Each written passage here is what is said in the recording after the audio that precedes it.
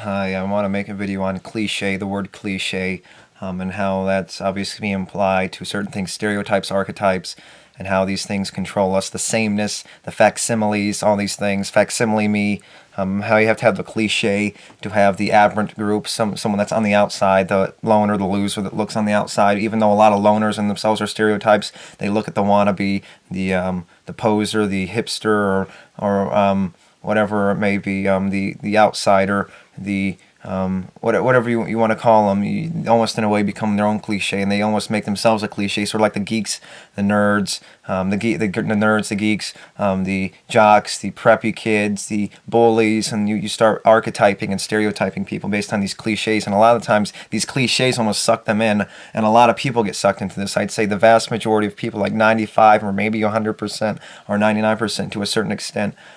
Just putting some arbitrary number to the number. Just saying a lot of people, the vast majority of people, you look at them and they can say the cliches. A lot of the time it's the cliche that's saying that, looking at other people and calling them cliche, even though you look at them, they're the cliche themselves. They're wearing their hat backwards, they're sagging their pants. They have the piercing is all over, they have the tattoos, and they talk about someone else having tattoos and they're a cliche. And a lot of the time that's the case. And you know, the same people that have long hair, a lot of the time it's people that tie it back in a ponytail. They have the excuse, and they don't want their face, and they have the same old excuse that everyone has, it's a ponytail, or they wear their hat backwards, or you put your sunglasses on the top of your head, or whatever it may be. Obviously you can apply this to any certain situation, where you can apply any circumstance to some kind of cliche, but it's usually the more people, the more cliche the person is, the more likely they're going to call someone else a cliche, especially when they're probably in a way jealous of the person and how unique they are. They almost, instead of trying to be more unique, or whatever silly, this is just an idea, and instead of trying to be more unique, looking from another person's point of view, they reinforce their own beliefs. It's sort of like once you've already invested in an idea so far and you've been proven wrong, you almost validate you convict yourself to your own beliefs even more, and it's almost in a way counterproductive when it comes to that, because you're just making the person reinforce their beliefs more, and you're pushing the reality away, in which the reality is exactly what is explained. You're explained that you're a cliche, and you're just reinforcing that by doing exactly what you're doing, but doing even more. And that's the cliche thing to do, is to emotionally react by reinforcing your beliefs even more. So you're just proving more, and it's a build-up cycle. And I can understand the frustration and being upset and frustrated and things building up and so on and so forth. So yeah, just using these words like stereotype and cliche and archetype. Like the archetypal superhero, Superman, saves the day, and all these kinds of cliches that come along with it, wearing the tight suit, the cliche, and cliche can be a type, the stereotypes, and stereotypes like the stereotypical bully, freckles on his face, a hat backwards, a belly button showing, like the typical 70s, 60s, 70s, 80s, 90s kind of looking bully, whereas, he has freckles on his face, a fat, cheeky face, belly button sticking out, pushing you around and talking bad names to you with his muffled voice. Kind of cliches like that, and it's changed, and there's modifications that you make. Obviously there's some aberrant people, they talk about it, and there's different cliches here and there and so on and so forth.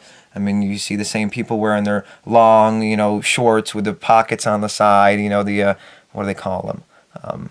I can't remember the kind of like denim shorts or whatever it may be, the long ones that go down below your knees, and you have those big long saggy pockets on the side, and you wear the polo shirt and with a button down and such, and then they talk about cliches, and you look at them, it's like, have you looked in the mirror lately? Are you that unaware of yourself? And then they sort of make a laughing, you laugh it off because, I'm a cliche, Yeah, you're a cliche, yeah. Yeah, you are a cliche. Tough luck. Bad day for you, right? So yeah, you can look in the mirror, and it's usually cliches. And that's not saying, so when I say that, it's not that it's all cliches, and it's not all cliches that are saying that, but obviously non-cliches can say it. But almost in a way, since the non-cliches are such a small group, they become a cliche by becoming an aberrant. And you can just apply this word like hipster and things like that, are very similar ways. The facsimiles and the idea, the words are the same. They're almost synonyms. A hipster being in itself, and in a way, it's not it's a hipster, which used to be someone that was outside, became an inside thing, and has its own little niche group now, where it's become very popular in and of itself. Listen to indie music, where your tight jeans, sometimes wearing below your waistline, and wear your underwear up a little bit, and you wear your beanie hat or your loafer, and then you wear your shoes, your dress shoes, or your loafer shoes, or you wear your top hat or whatever it is. You wear your thin, growing in mustache or your facial hair, and you wear your earring, and you have your tattoos, and you have your like striped shirt on, and you wear your wristwatch, and you wear your glasses, even though you don't need glasses. Your frameless glasses or whatever it may be, and you listen to your iPod in your ear, and the same old cliche that you see a lot. You can apply these cliches. I'm very well aware of these things because I recognize these things. I look at a lot of people and I recognize just how similar they are. Obviously, they're different, but they're very similar. Just because everyone's different doesn't mean that there's not people that are more similar to the norm or the same than other people. More people look a lot more like other people. You can see people that are obviously more homogenized, sort of like countries are homogenized. The smaller the country, the more closed off the country is.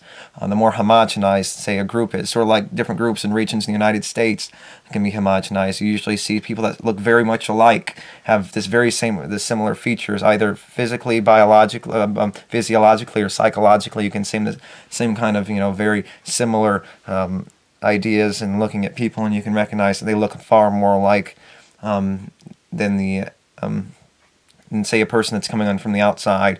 And the same thing can be applied to countries. The smaller the country, the more likely people are going to look more alike. Obviously, outsiders can come in and become part of the group and change it up a little bit, but it's about this mob mentality, things working, aberrant features and aberrant evolution, sort of like evolution. Aberrant things are likely to be pushed out, and that's why they're likely to be pushed out of the way or completely destroyed or overwhelmed, and then they get wiped out. And otherwise, the aberrant has to move out and create its own group, and they have to homogenize themselves. That's why you see very little in the way of aberrants. That you find very little diversity in groups or large groups, because the large groups homogenize and they create one big group, and the people that are on the outside have to move on the outside and create their own group and become homogenized in their own group. That's the way the mechanism typically works, and very few times can an aberrant live inside a large group and build some diversity, but the diversity is usually destroyed by the mechanism itself, causing those things to be pushed out to begin with. And that's exactly the way it works. And facsimiles, and you have to have the cliche to complain. You would have people like, the people that are on the outside. I guess you can, on the outside, you need the cliches. So without the cliches, sort of like without the problems, what would you have to complain about? What would you have to complain about if you didn't have economic problems, economic failure, governmental failure, governmental overreach? If you didn't have all these kinds of problems happening, what would you be fighting? That's exactly what we're doing. We need to fight, and we have to have these things. And these are the very same things that make us frustrated and mad, but we need them to feel like we have something to fight. We have some kind of purpose, and we want it, and that's exactly the mechanism. I don't want it. Oh, I want it so bad. I want it. When you say you don't want it, you really want it. When you really want it, you say you don't want it. Oh, yeah. And that's the way the mechanism works. Unfortunately, you have to be dishonest with yourself and other people. You have to sort of understand their language when they say something. Oh, I don't want it, but I really want it. But I'm expecting you to understand that. I'm expecting you to understand that it's exactly what I mean, even though I'm not necessarily supposed to understand it, because people don't necessarily work that way all the times. And it's usually it's not everyone, but in most circumstances, that's the way it works. And especially when you don't necessarily fully understand the mechanism, it can be confusing. Unfortunately, that's the way the mechanism works most of the time, and I guess it's become one of those things, those outside things that becomes normal, and especially in society today, it's become part of the norm, where those become the things that happen.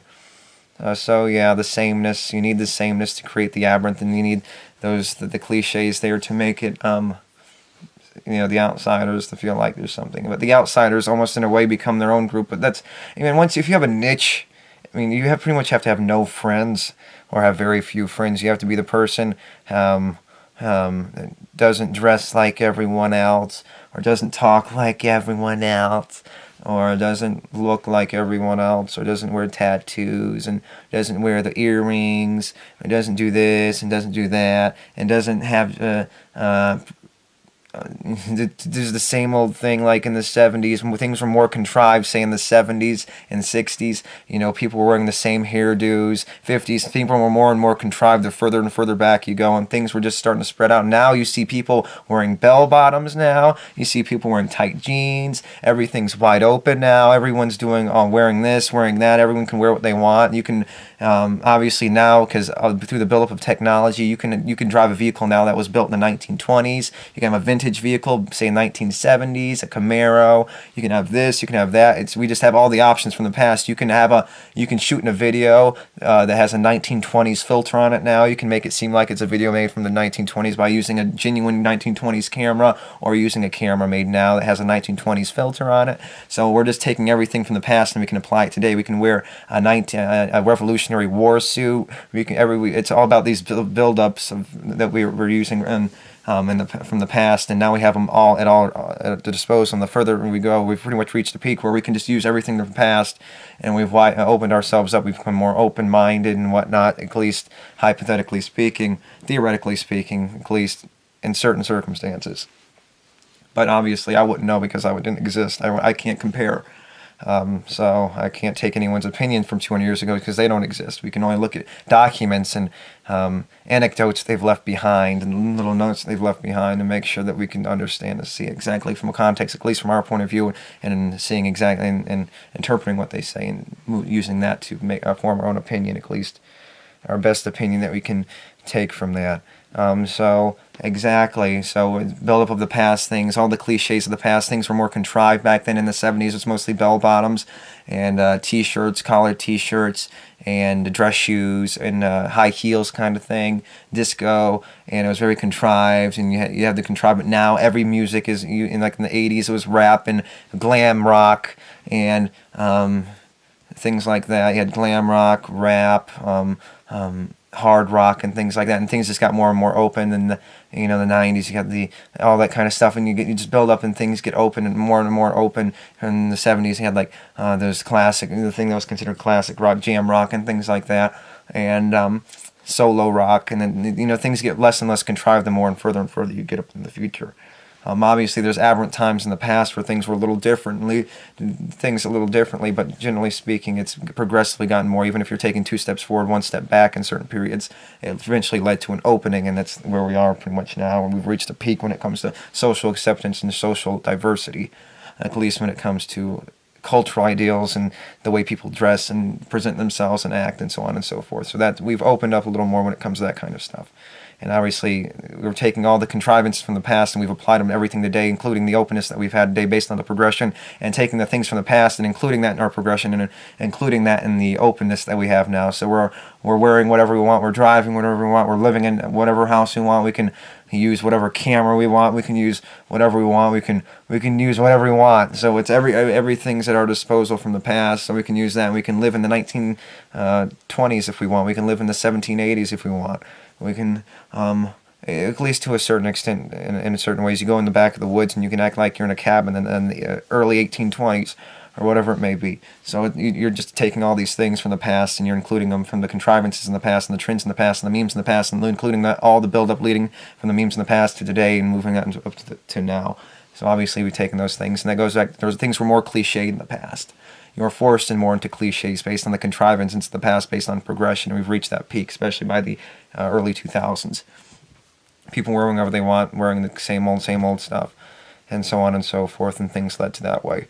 So cliches and such, you're dealing with a lot of cliches, and you can see the hypocrisy, usually speaking, cliches and such like that. So I think that's all I want to cover. I could cover more on some other topic, but cliches, stereotypes, facsimiles, the sameness, archetypes, and things like that. So yeah, I think I covered all those things. So without these things, you wouldn't have anything to complain about. It goes back to the nature of life. You have to always have something chasing. You have to always be chasing your tail. It's all about moving forward. And that's all we can do is look at the wall. Okay, I am looking at the wall, but now I want to go over there. I finished my meal. Okay, now I need to wait for my next meal so I can, when I'm eating my next meal, I can look forward to another meal I need to eat, and so on and so forth. We're just moving until we end. And there's no context once we end, and once we do exist, once we've jumped off and we're already in the air, we're just moving forward. And even right now, something's eventually going to happen. You're driving on the road, you're eventually going to reach an end. And obviously, it's fleeting. It's eventually you're eventually going to reach your destination. Do it. So you might as well just come to terms with it and just accept it. And just say, if I happen to exist again, well, I won't know. But I just need to come to terms with it because there's nothing I could do about it, especially when I'm adhering to the mechanism that's controlling everything. The mechanism, the invisible gears controlling the way things are working, even inside and the very foundation of what caused the things to happen. So you're sort of stuck in the mechanism.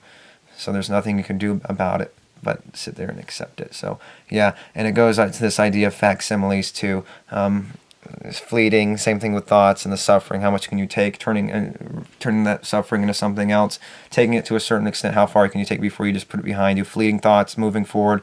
Fleeting, leading to something else. The thought becomes a thing of the past. Something that was important in the past becomes something in that. Even though the thoughts continue chaining up into the future and so on and so forth. In fact, similes, people being the same. People can only be so much the same. You're going to see a lot of people based on cliches look more homogenized. You can see someone that's very similar, acts a similar way, has certain mannerisms that are exactly like yours, does things in exactly the same way, almost a twin that's not your twin, a brother. What is it? The saying, a brother without the same mother or something. I don't know, something like that. Brother with a different mother or something. Yeah, something like that. Or a sister with a different mother or father or whatever you want to use, things like that. So yeah, that's pretty much the idea I wanted to say. So thank you, and until next time, bye.